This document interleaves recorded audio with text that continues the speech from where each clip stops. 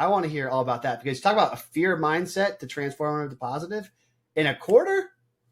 Yeah. And I know Marvin would have no problem with me telling this story, so I won't even hold back on it. It was in wealth management at the time when interest rates were high, and there was a lot of insurance that he had that was just, lower percentage returns.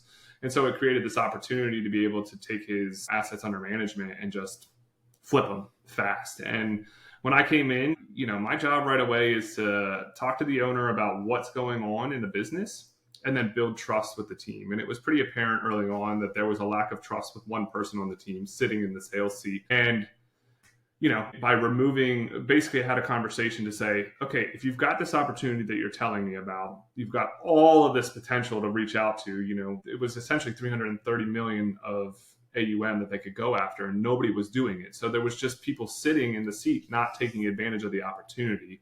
And so I said, okay, well, I hear you. I hear what your team is saying. Take this person off of the leadership team to increase the psychological safety of the leadership team. Tell them what we're about to do because we're turning it on.